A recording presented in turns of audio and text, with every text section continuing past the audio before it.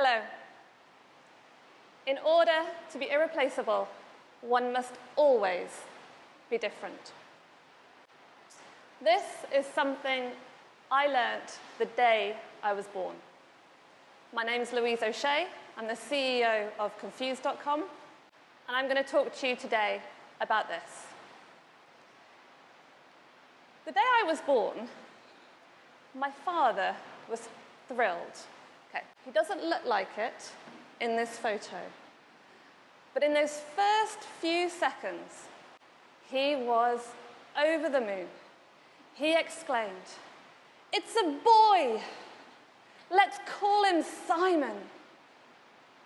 And then he realized Simon was missing something, a vital piece of equipment that would make him Simon.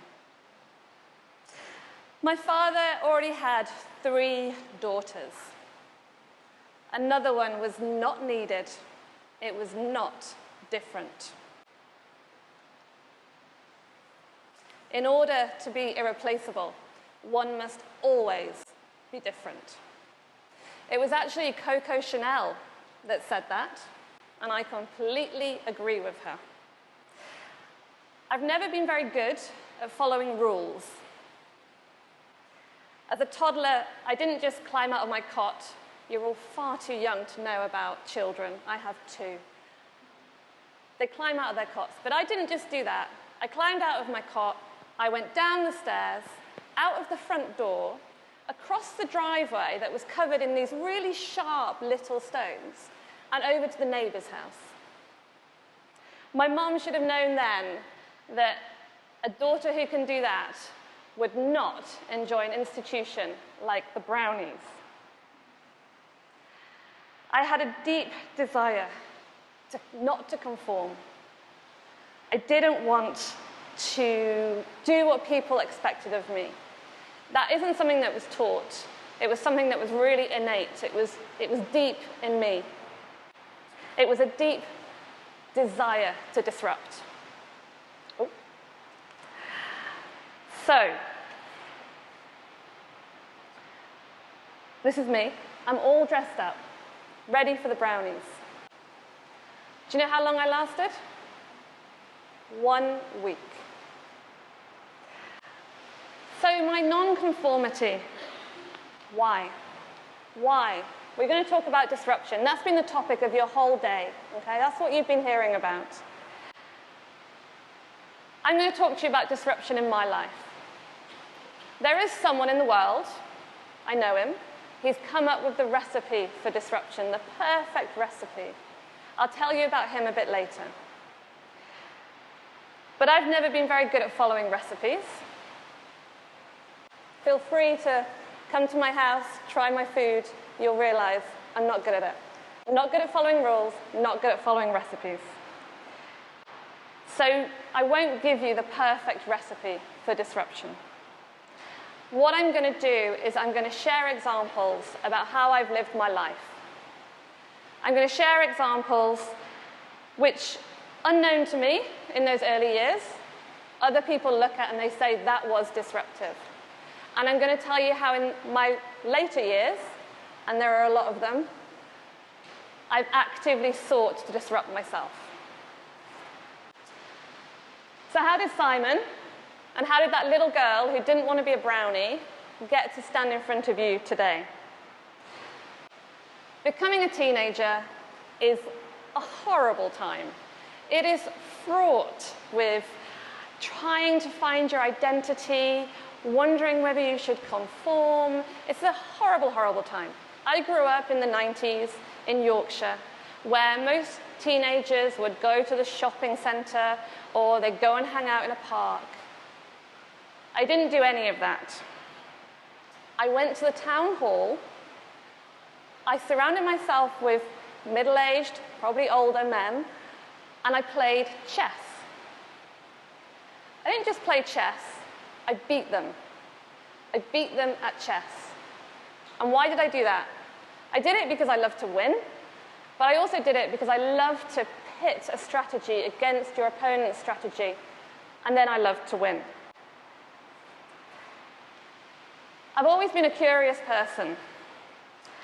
I've always been interested in people. And at the age of 17, I decided I was going to go open my mind. And I traveled. I'm very, very lucky. I had pen friends. That's before email. You wrote a letter. They replied. Took months. I had pen friends in Japan, and I went and spent time there. And I loved it. I loved the clash of traditional and modern. I loved learning how different cultures worked and how different Japan was to the UK. And I loved being free to try and do new things. So strategizing, winning, learning, experimenting, there's always a purpose to my non-conformity.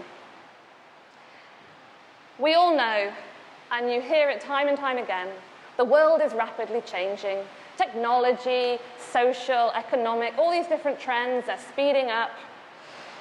You can't keep track, right? So you as an individual, how can you live? You when you're working in a business, you when you're living your life, doing whatever you want to do. I believe that you need to have an edge. You need to have your own personal competitive advantage. And I believe that you need to be different, because I believe that you want to be irreplaceable. And in order to do that, you need to keep disrupting yourself. Embracing difference means preparing yourself to be really uncomfortable. My whole life, I've tried to do things, challenge myself, push myself into things which are not comfortable. Things that make you feel nervous. Things that make you feel excited, though. But always things that you're super, super passionate about. The young man was saying just that a few minutes ago. Be passionate about it and do something that you feel really proud about.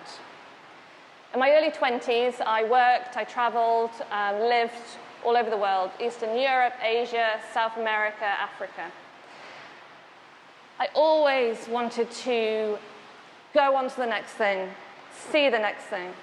And I think remembering my father's disappointment in not having a boy made me super passionate about women's rights and proving that women can do whatever men can, and they can do it better. So in the early 2000s, I took myself and a team of women off to Zambia.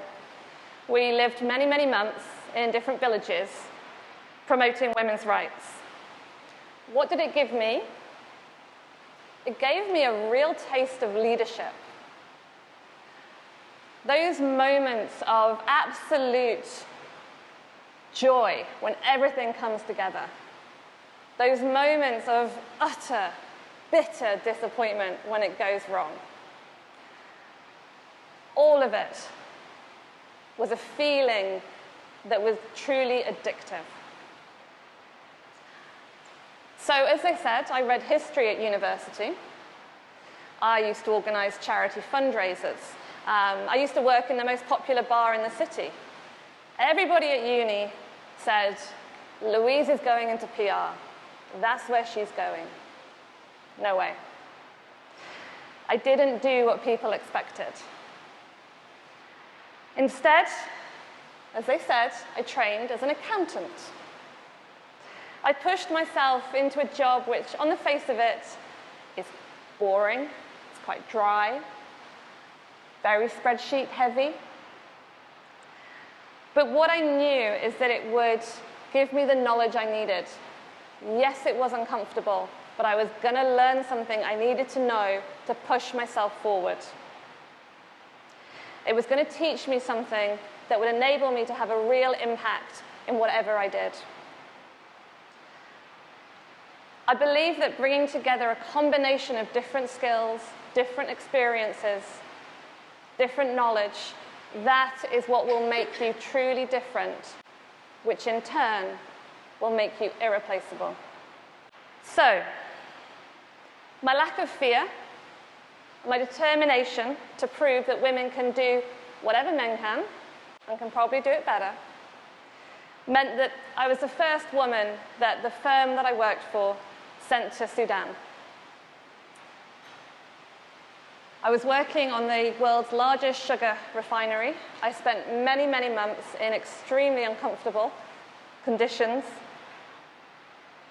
And I was determined to prove there was absolutely no reason that an international professional services firm couldn't have a woman representing them there. But after learning everything I wanted to know, and a hell of a lot that I really didn't care about when it came to numbers and professional services, I took a good, long, hard look at myself. Only fools don't change. It's another Coco Chanel, pearl of wisdom. At that time, I thought about what I didn't know. I thought about what I shied away from. I thought about what I didn't understand. And the answer came really quickly, and so did the opportunity. Technology. Interestingly, the tech company that I went to work for, they conducted what is called a blind interview process. This is where, as the individual going through it, you have no idea what the company's name is. You don't know who they are. You don't even meet anybody from the company until the last minute. They pulled together a team of extremely diverse backgrounds. I worked with an engineer, an actor, a soldier. It was incredible. They knew that in order to get a winning strategy, they wanted people from different backgrounds with diverse knowledge, diverse skills, different experiences. And only that would help them to shape their strategy and their technologies of the future. For me, it was great. I learned a lot. I learned about robotics, cloud computing, virtual reality. It was really exciting, but something fundamentally frustrated me. And it was there that I kind of recognized that it isn't technology itself that disrupts. It's the inability of existing players to implement new businesses. And there, the opportunity is to truly disrupt. And technology enables these new business models. So when you think about that, think about what really matters to the customer. What really matters to you? And we're going to talk about a few of those businesses in a second. But if businesses don't adopt new business models that have got clear benefits for the customer, they're leaving the door wide open for people who do. So that, in my life, was when I met this guy. He's called Henry Engelhardt. He's quite well known locally. He heads up, he founded a car insurance company. Now, car insurance is not something that anyone thinks about as being customer-centric. But Henry had a real deep passion for customer experience, for customer service. He was really focused on finding where the pain was and fixing it. So he founded a company which is now FTSE 100. It employs over 10,000 people. It operates across the world. And it's because of Henry that Confused.com exists, the business that I run. And Confused.com is a fintech. We use technology to solve customer pain. And what did that mean? It means we changed the way that people shop for insurance, for the way they shop for their insurances, their financial services, all of their utilities. We didn't just change it in the UK, we changed it across the world. We've saved people billions of pounds across the world. Now, Henry, he didn't create that, right? He just funded the creation of it. The reason Confused.com exists is because there was tremendous customer pain. And we were able to solve that with technology. And that, for me, is the sweet spot, when you can bring these two things together. So when you think about those big topical disruptors that we all hear about, we all use, we all love. Airbnb isn't killing the hotel industry. It was the fact that you have limited availability and you have limited pricing options. That's what is killing the hotel industry. Netflix, it didn't kill Blockbuster. It was inconvenience, late return penalties. That's what killed Blockbuster. Think about the customer experience, the customer pain. And Twitter, it's not killing media. It's news that doesn't interest me. That's what's killing it. When I think about my business that I run, I think about it an awful lot. I want it to be irreplaceable. You need a business model that's going to be irreplaceable. You need these two things to come together for it to really, really work. You've got to solve a real customer problem. And I believe that technology enables you to solve that customer problem in many, many different ways, ways that we don't even know about yet. It is only then that you're really going to have an advantage. But you've also got to remember, things don't stay the same. The business model, which is irreplaceable today, is not going to be irreplaceable tomorrow. So, you've heard a lot about me, and I did that because I wanted to illustrate that throughout my life I've disrupted myself. In those early years, that's just what I did. But in the later years, I took a very proactive decision to do that. There was a time I was heavily pregnant. I am pregnant behind that card. It was with my second child. This is Emmy. She doesn't always sleep like that. She was 8 weeks old, and I got a phone call. I'd applied for the job of CEO when I was heavily pregnant. In the interview room, they literally had to sit the table away from me. And when she was 8 weeks, I got the call to say, "You've got it. It's yours." I was stood in the kitchen, baby in one hand. It was dinner time, bowl of crunchy nut cornflakes in front of me. And I stood there and I made the active choice to disrupt my family, to disrupt my life, and to take on that challenge.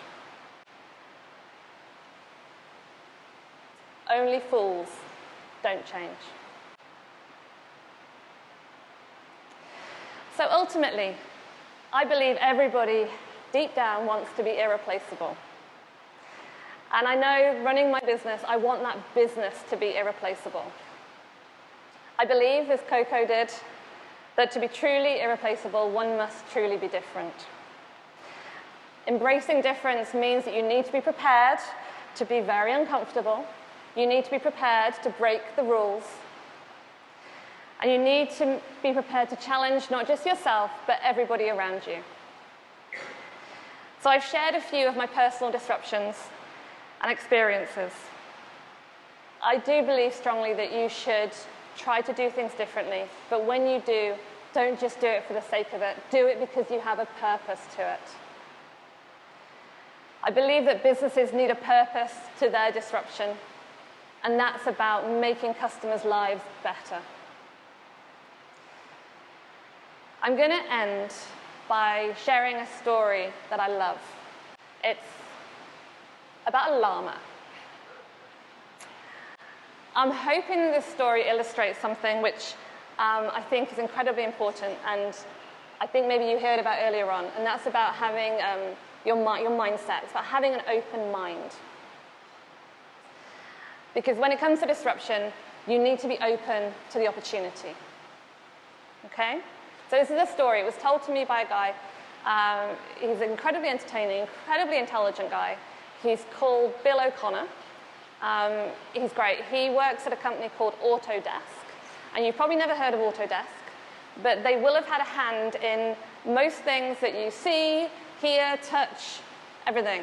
They are a world engineering company, and they are behind many, many different designs and ways of working, ways of doing things.